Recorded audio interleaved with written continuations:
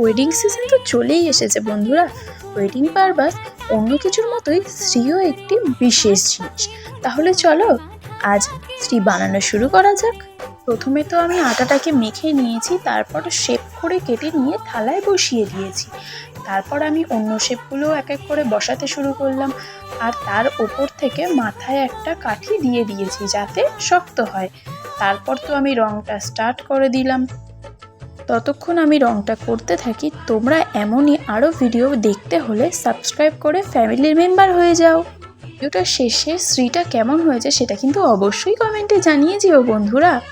এরপর তোমরা কী নিয়ে ভিডিও দেখতে চাও সেটা আমাকে অবশ্যই কমেন্টে জানাও, এবং সেটা আমি চেষ্টা করব যথাসাধ্য ভিডিওটা করার। তো তোমরা ভিডিওটা দেখতে থাকো এন্ড অবধি, এবং সবাই সাবস্ক্রাইব করে পাশে থেকো।